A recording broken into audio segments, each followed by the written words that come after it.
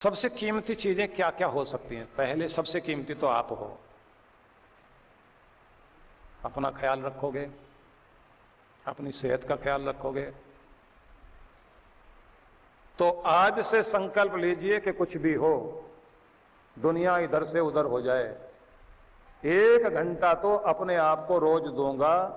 व्यायाम करूं, चाहे सैर करूं, प्राणायाम करूं, योगा एक्सरसाइज करूं, कुछ भी करूं, लेकिन अपनी सेहत के लिए 1 घंटा समय आज से देना शुरू करूंगा।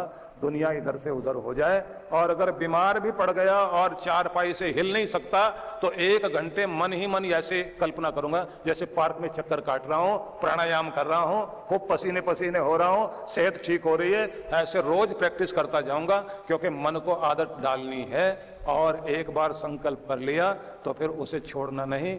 चाहे मौसम गर्मी का है या सर्दी का है, धूप है या छांव है, अनुकूल है या प्रतिकूल है, आज से मैं तैयार हो गया हूं। तो आपसे किसी से उसकी पत्नी खुश होगी और किसी से पति खुश होगा। चलो अब ये अपना ध्यान रखेगी, चलो अब ये अपना ध्यान रखेंगे।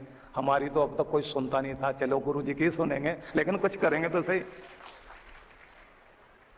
तो डॉक्टर दूर जाना चाहिए आपसे। दूसरी बात है कि आप सबसे अच्छे तब लगते हैं जब आप मुस्कुराते हैं। और आप भगवान से भी क्या चाहते हैं? भगवान मेरे चेहरे पर हमेशा हमेशा हमेशा मुस्कुराहट बनी रहे, मैं खिलखिलाता रहूं, खुश रहूं, प्रसन्न रहूं। यही तो सब मांगते हैं ना। तो भगवान भी ये कहते हैं, देही में ददामी ते, तुम पहले मुझे दो, फिर मैं तुम्हें दूंगा। तुम मुझसे मुस्कुराहट मांगते हो ना, 40 दिन तक लगातार, चाहे नकली ही सही, मुस्कुराते रहना, मुस्कुराते रहना, मुस्कुराते रहना। फिर भगवान कहते फिर मैं दूंगा, फिर तो कभी उदास रहेगा ही नहीं। तो कितने लोग तैयार? इसमें तो कुछ नहीं जाता ना। तो अभी से मुस्कुराते रहना। और जो बेचारे अकेले आए हैं और घर में मुस्कुराते जाएं तो पत्नी जरूर डांटेगी, क्यों मुस्कुरा रहे हो, बात क्या है? कोई लॉटरी लगी है? हो सकता है बेचारी टोके, लेकिन जब आप मुस्कुराते ही रहोगे ना, फिर वो भी मुस्कुरा देगी और फिर मुस्कुराहट बढ़ेगी। एक दूसरे को देख के मुस्कुराते रहना चाहिए।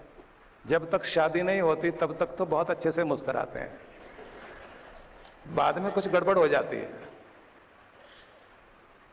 तो अब आप अच्छी प्रैक्टिस कर लीजिए। तो 40 दिन प्रैक्टिस आपने करनी है, और ऐसे नहीं, मुस्कुराना भी है। धन्यवाद देते हुए उठोगे सुबह, और धन्यवाद करते हुए भोजन करोगे, धन्यवाद करते हुए परमात्मा को अपने काम को शुरू करोगे, धन्यवाद देते हुए घर लौटोगे, और धन्यवाद करके ही रात को सोओगे। और जब धन्यवाद करोगे तो मुंह सुजाकर और मुंह फुलाकर और चेहरा लटका के नहीं करोगे, खुश होके ही करोगे। शुक्र है परमात्मा तेरा, मैं बहुत खुश हूं, बहुत खुश हूं, बहुत बहुत धन्यवाद भगवान, ऐसे आपने कहना। अगली बात सुनिए, ठीक है ना? तैयार हैं सब लोग? अब 40 दिन और एक बात आपने करनी है। नियमित रूप से अपने प्रभु का, चाहिए तो 40 मिनट, पर कम से कम 20 मिनट हर रोज भगवान का ध्यान, पाठ, पूजन जरूर करोगे। नियम बना लीजिए। नियम पकड़ना आपका काम है, कृपा बनाए रखना उसका काम है। तो अब आप सोच लीजिए, उसकी दया, उसकी मेहर, उसकी कृपा बनी रहे तो सब कुछ ठीक रहता है। तो आपको ये याद रखना है, हर दिन अपना नियम बना लीजिए, पाठ पूजा करोगे। रात को भी सोते समय थोड़ा पाठ करके सोएं। और एक बात और, देखिए अभी पूर्णिमा, गुरु पूर्णिमा जिस दिन मनाई जाती है, तब तक 21 दिन रोज की 11 माला, नहीं तो 10 माला ही कर लीजिए, वैसे 11 माला कर लीजिए। 10 माला भी अगर आप करते हैं, 5-6 माला सुबह कर ली, 4 माला शाम को कर ली, या इकट्ठी सुबह 10 माला कर ली, तो आपका जो 21,000 जाप हो जाए गुरु मंत्र का, तो आपके मंत्र में शक्ति आनी शुरू हो जाएगी। लेकिन जो आप रोज जाप करेंगे वो कैसे करेंगे, वो जरा सुन लीजिए आप ध्यान से। माला जब आप हाथ में लो तो उसका जो ऊपर वाला सुमेरु वाला भाग है, मोटा दाना जो होता है, बड़ा मन का जो होता है, उसमें 2 बूंद पानी डालना और माला हाथ में लेकर सबसे पहले उसे माथे से लगाना है ऐसे, फिर राइट आई दाईं आंख, फिर बाईं आंख, फिर गले से, फिर हृदय से लगाओ और दोनों हाथों में ऐसे पकड़कर माला को सामने ले आओ ऐसे, दोनों हाथ ऐसे करके। अब माला को देख करके कहना कि माला तू सीढ़ी है परमात्मा के धाम की ओर जाने के लिए, और मेरे प्यारे प्रभु की कृपा पाने के लिए तो एक जरिया है।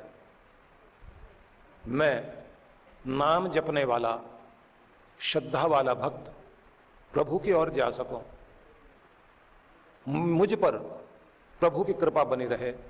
मैं सबका धन्यवाद करता हूं तो तुम्हारा भी धन्यवाद करता हूं। हालांकि आपको लगेगा कि माला का धन्यवाद करें, माला में तो कुछ नहीं बैठा हुआ, और कभी कभी आप अपना गुस्सा जो है ना अपनी गाड़ी पर उतारते हैं, अपने जूतों पर उतारते हैं, अपनी कुर्सी पर गुस्सा उतारते हैं, और तो और आपके सामने फूल का गमला रखा हुआ उसे भी उठा के पटकते हैं। तो आपको पता है इस पर गुस्सा करने से कोई फर्क तो पड़ेगा नहीं, लेकिन जो आपकी भावनाएं होती हैं वो बहुत काम करती हैं। जब आप उस माला को उस भावना से देखोगे ना तो क्या समझ में आएगा कि जैसे पुलिस की ड्रेस देखने से कानून और गवर्नमेंट याद आती है, ऐसे इस माला को देख करके बड़ी गवर्नमेंट याद आती है। ये माला भी उसको याद कराने का जरिया है। मैं इसका सहारा ले रहा हूं। अब इसके बाद आपको 2 चीजें करनी है, आह्वान बुलाना, पुकार कर आमंत्रित करना, और दूसरा है ध्यान। जितनी भी पूजा पद्धति है उसमें एक विधि चलती है, पहले पवित्र कर लेते हैं अपने आप को जल डालकर, उसके बाद आह्वान करते हैं, देवता का आह्वान, भगवान का आह्वान, उसके बाद ध्यान करते हैं, फिर जाप करते हैं।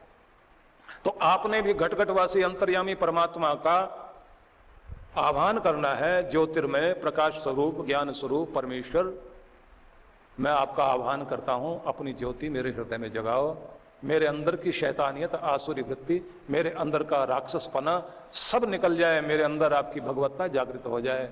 मैं आपको पुकारता हूं, मेरे अंदर अपनी दिव्य ज्योति को जागृत करो।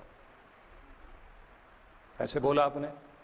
आप प्रभु का ध्यान कीजिए कि उस एक प्रभु की ज्योति सारे संसार में फैली हुई है, चांद सितारों में वही चमक रहा है, वही हमारी आंखों में ज्योति दे रहा है, उसी के द्वारा ये जीवन चलता है।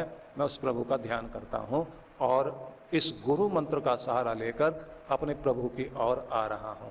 ऐसा भाव रखकर ध्यान किया आपने। अब जाप करना शुरू कीजिए।